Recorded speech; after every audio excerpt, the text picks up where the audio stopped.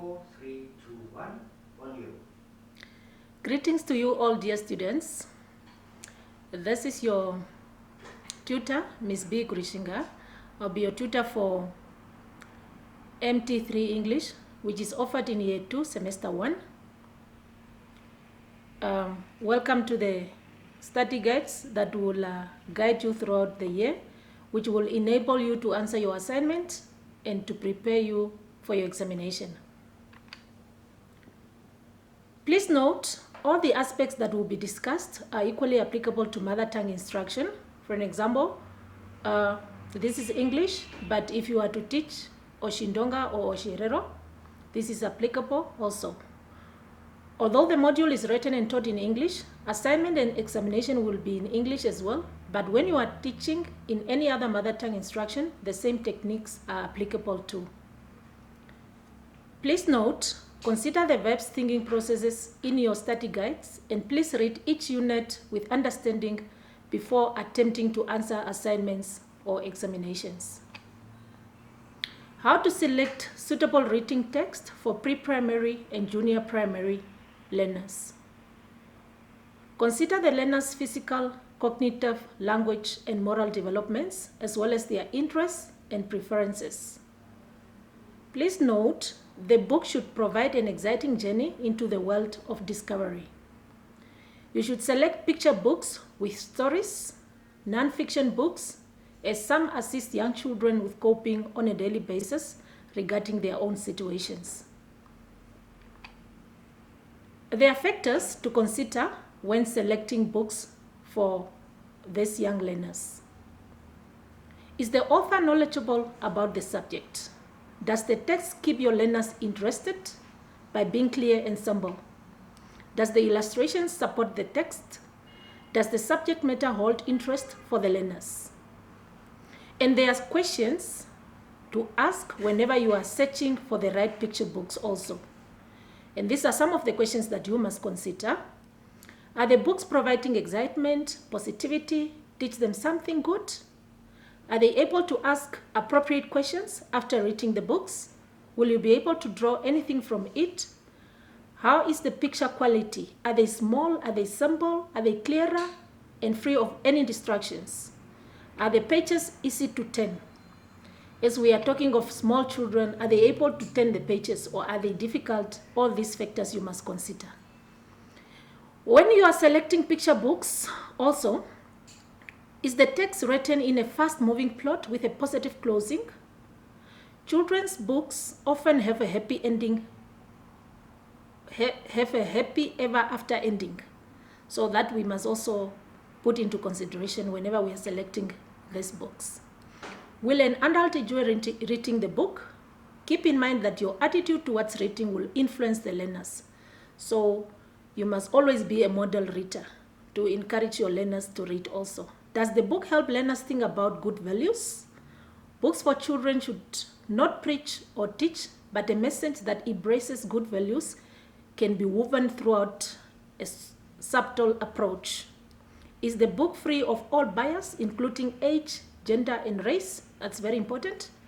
What is the repetitive quality of the book? That is the one the learner will respect being read to several times. Does the language contain rhyming words, funny characters, an interesting plot, and a surprise or predictable closing? That is also very important. Whenever we are teaching our learners how to read, there are various methods that we should consider. We need to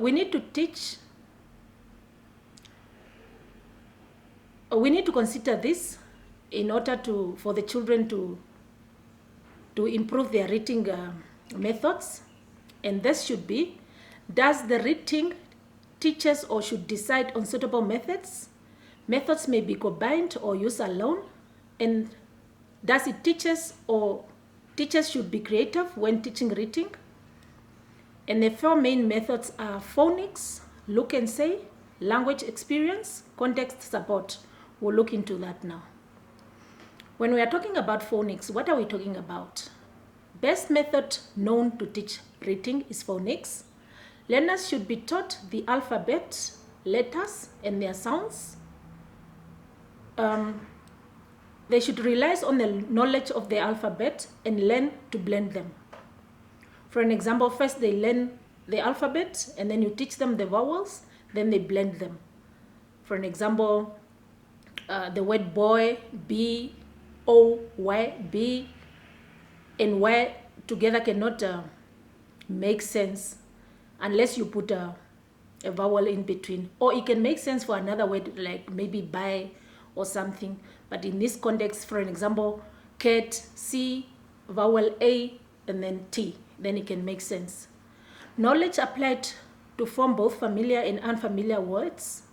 And phonics also sometimes could be boring. So it's very important to blend them and also to integrate phonics with pictures and so forth. Look and say method, whole language approach.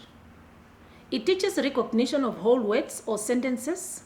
Learners say words after the teacher, so it's important to say the words or pronounce the words correctly as someone is watching. Flashcards with individual words written on them are used, accompanied by words. It's not a good method without pictures, so it's important to integrate it with pictures. Learners make wild guesses if there are no pictures. Thus, encourages rote learning or memorizing, which whenever you forget, then everything is forgotten. So it's important to integrate it with pictures. The language experience method uses learners' own words to help them learn to read. Learners draw pictures. Teacher writes underneath learners' drawings. Compile pictures into a book for learning and read again and again. Support concept development and vocabulary. Context support method continues. Teachers select books that interest the learners. Consider gender interest, boys and girls interest. Books with learners' interest encourages enthusiasm. Method is used with long and short sentences or combined with other methods also. Hints used by readers to recognize words in text. Readers use hints in the text to get an idea about the meaning of an unfamiliar word. These hints are called context clues. Context clues allow readers to cross-check their identification of words. The reader should always cross-check to be sure that the word makes sense in terms of syntactic or semantic clues. 3 different types of context clues: semantic or meaning clues, syntactic or word clues, and picture clues. To go in detail, these are the hints or the clues that are used in word recognition. We have the semantic or meaning clues. Expectation about the subject. You expect to hear words associated with an object when the text is about it. When the text is about a cat, example, fur, paw, whiskers, etc. These are the words that you expect to hear within that context. Syntactic or word order clues. This focuses on word order in a sentence. Indicates the part of speech of the missing word. Other parts of speech may not make sense, example, verb, noun, adjective, adverb, etc. And the picture clues. Illustration can help in word identification. If a picture accompanies a text, the word that describes it may be appropriate. Importance of children literature. Children literature is very important for the younger children. Most of them who grew up with their grandparents at the villages, they are familiar with literature, they are used to being taught stories around the fire and so forth. Why are children literature important? It provides learners with opportunities to respond to literature. It teaches them appreciation about their own cultural heritage as well as those of others. It helps them develop emotional intelligence and creativity. It nurtures growth and development of new learners' personality and social skills. It transmits important literature and themes from one generation to the next. In the development of a child's reading, the importance of colors, numbers, shapes, matching, and creating patterns are very significant. Colors are a code just as words are a code. Numbers and counting concepts show children how one thing can represent another as in written context. Knowing the difference between a circle, a square, a triangle comes before the recognition of the distinct shapes of letters and must be distinguished in order to read. Reading requires recognizing patterns, matching objects or pictures in a way for them to demonstrate that they recognize the similarities in shape or colors and that they can apply them. For these reasons, practicing these concepts through play builds a great foundation for reading. Play is the emphasis. Look for toys designed for understandings of these concepts, more especially in pre-primary classes. Did you know that the child was learning to read when they made a pattern of red, blue with their foam blocks? This play is developmentally appropriate for these young children. Younger children do not need to recognize the letters of the alphabet to be building a foundation for reading and writing practices. To familiarize the child with the alphabet, you have toys that show the letters of the alphabet, sing the alphabet song to them, and practice the letters in their name. But the idea is that learning to recognize letters and their corresponding sounds is not the only way that they are beginning to read. There are different ways in which teachers can motivate learners how to read. You as a teacher, you must demonstrate passion for reading. Be a role model. Act as a model readers. Link reading with learners' interests and their goals. Encourage learners to use learned reading strategies when they are not sure about the text. Make reading meaningful, taking into account age and interest. Provide a rich and varied literacy environment. Give learners opportunity to choose their own reading materials and develop a sense of control over the reading processes. Integrate reading into other activities to show that it is an essential everyday skill. Focus on internal reward of personal certification and the achievement of goals that matter to the learner.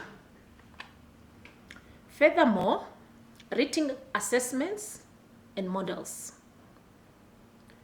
How are you going to assess the learner's reading? By reading loud or by comprehension questions? Reading loud is not a reliable indicator of reading ability. Learner who is capable of understanding text when reading silently may be stumbled when given to read aloud. Rarely done outside the classroom.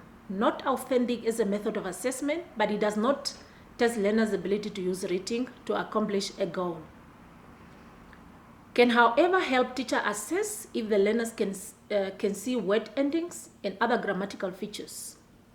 Comprehension questions used to test understanding of what is read should be coordinated with purpose for reading. Readers have a purpose before reading. Allow learners to review questions before reading, etc. Reading assessment models continues. Authentic assessment. Reading must reflect real-life issues, must have a purpose other than assessment. Learners must demonstrate understanding by completing a task. Consider responses in non-classroom situations. For an example, after reading the weather report, learners must decide on the clothing to wear the next day and so forth. For an example, if it is going to rain, then raincoats, umbrellas, etc. Reading comprehension to primary children. It teaches children to think about personal experiences related to what they are reading, to look at the text to discover how it has been organized, what happened first, next, and last, and so forth, to look at pictures and the text to make predictions about what will happen next, to continue up mental pictures that reflect what they are reading, to make deductions or draw conclusions about what they are reading, to pay attention to special symbols such as punctuations, and to check their understandings often. The pencil grip. Gripping a pencil is very important for these youngsters. How to grip it correctly is very important because that will determine how they will write. If they grip it correctly, they will write correctly. The ideal pencil grip is with a thumb and the index. And some students also grip it with a thumb, index, and the middle fingers to hold the pencil. Those 2 or 3 fingers can move freely during writing because the ring and the little fingers are curled gently into the palm, giving the hand stability. Sometimes it's the ring, the little finger, and the index, and the middle finger to those who grab with thumb and index. And sometimes it can be the other 2, and so forth.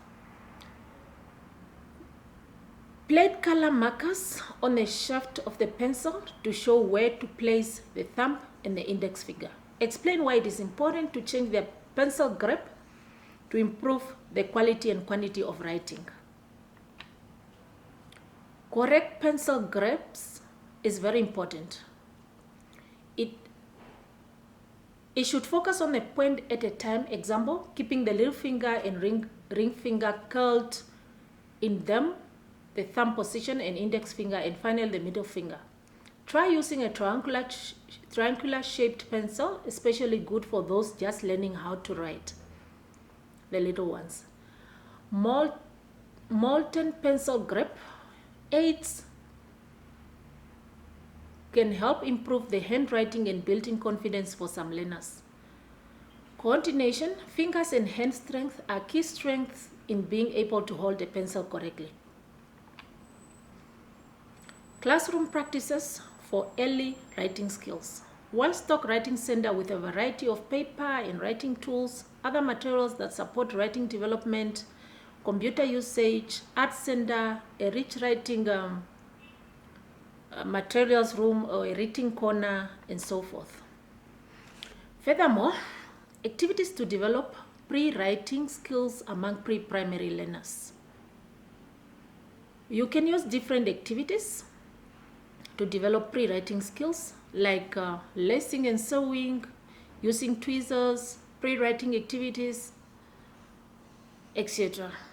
Learners will string macaroni on a string or wool and sewing with heavy thread and plastic needles. Pre-primary children can handle large macaroni while primary age learners sew smaller noodles, and so forth.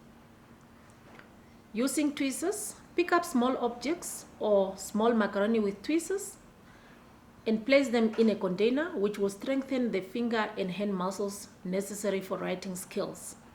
Gradually reduce the size of the container opening, and so forth.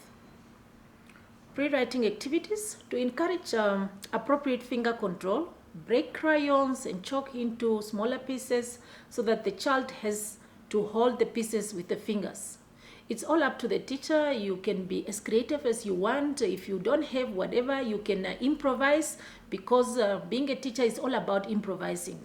For example, you find yourself in rural areas and there are no tweezers or there are no macaroni, you just improvise with what you have. Mother tongue written materials used to develop teachers' own and learners' writing skill. As a teacher, you need to get as many storybooks and teaching aids in the mother tongue in which you will be teaching to assist your children to read and write in their mother tongue also. Compile your own storybook from story which the children tell in a class. They will enjoy this very much. They can help to illustrate the stories. As a language teacher, you should never run out of materials or what to use. Whatever you find, whether in a newspaper, take it, translate it, remodel it, and then use it. Get in touch with some other altar people in the community, ask them to tell stories to the children, write this story down, and compile a storybook, and so forth. And then there are different steps that can be used to help learners organize stories. These steps, we have step 1 up to step 6. Read 3 well-known fairy tales. Choose short stories that learners already know. Ask learners to identify the characters in a story. Write this on the board. Ask the learners to identify the beginning, middle, and end of the story. Write this on the board. Hand out pencil and paper. Instruct each learner to write a story with characters beginning, middle, and ending. Write story prompts. Some learners may have difficulty steering. Talk to each learner about his or her story. Ask about characters beginning, middle, and ending. For an example, are there any pre-primary learners who does not know the story about the three little pigs? Yeah, and so forth. Familiar stories to them. Develop learners' introduction, middle, and closure writing skills. Write a topic sentence. Sketch out ideas, reasons. Give details and examples. Draft, reread and make corrections. Edit, check for transitional words, capital letters, punctuation, spelling, etc. Revise, state on topic and have a concluding statement. Proofread and provide final copy. There are various activities to develop learners' introduction, middle, and closure writing skills, like write learners' emails to relatives. All young children love play with words. Learners should convert their oral communication skills to writing skills. They love to invert names and tell stories. If learners enjoy writing activities, they will be more motivated to complete them. Activities should be on familiar topics, deal with learners' own experience and environment. Thus, they will be less likely to struggle to express themselves in writing. Moving on to writing a good summary. A summary is an abridged presentation of actual material, and that can be found on your study guide on page 36 to 37. A good summary should include the title, the author, type of text, and central concept are written in the beginning. Sentences should be organized in a valid, progressing manner. It should exclude any personal interpretation and evaluation. It should use present tense or historical present. Summary should be shorter than original text. Summary version should contain all important conclusions. Ways to improve learners' writing. Always give them positive feedback when reviewing your learners' essays. Give them positive along with talking about what needs improvement. Praise them, encourage them, and so forth. Engage your learners in revision processes by discussing the mechanics of writing without disapproval of the ideas. Incorporate writing into fun activities. There are a lot of ways to bring writing into daily life. Ask your learners to help you make a list and record messages. Don't rush writing. Make sure you're learning. Have a quiet place to write and help them gauge how long it will take to complete a writing assignment. Get extra help. Recognize when extra help is needed. Often learners respond well to having a personal writing tutor. Assessment. It's a well-known fact that in a classroom, teachers must be able to assess their learners. What is assessment or concept assessment? Assessment refers to the continuous monitoring of the competencies of learners through observation or testing. What is the purpose of assessment? To gain reliable and valid information of the learner's performance in their different competencies. Also, to inform the parents about the progress, the weakness, and achievement of the learners. Inform the teacher of problems experienced in the learning progress of your learners. It evaluates the teaching and learning process in order to adapt your methods, to continually improve the working and atmosphere and achievement of your class. And assessment for learning versus assessment for passing. Types of assessment methods. We have informal assessments, which involve setting up assignments situations such as quizzes, short tests, oral tests, and worksheets at the end of the unit or chapter. It is important for teachers to plan in order to assess the learners and give them marks. Not to cook marks, please teachers. Types of assessment continues. We also have what we call formal assessment. This involves observation of the learners' progress in learning and practice situations while they are investing, interpreting phenomena and data, applying knowledge, communicating and making value judgments, and in their participations in general. Learners are observed for assessment during lessons and marks are awarded. Thank you so much for listening. Education is the greatest equalizer. Be attentive to your studies. Do not allow anything to derail your focus. Thank you very much.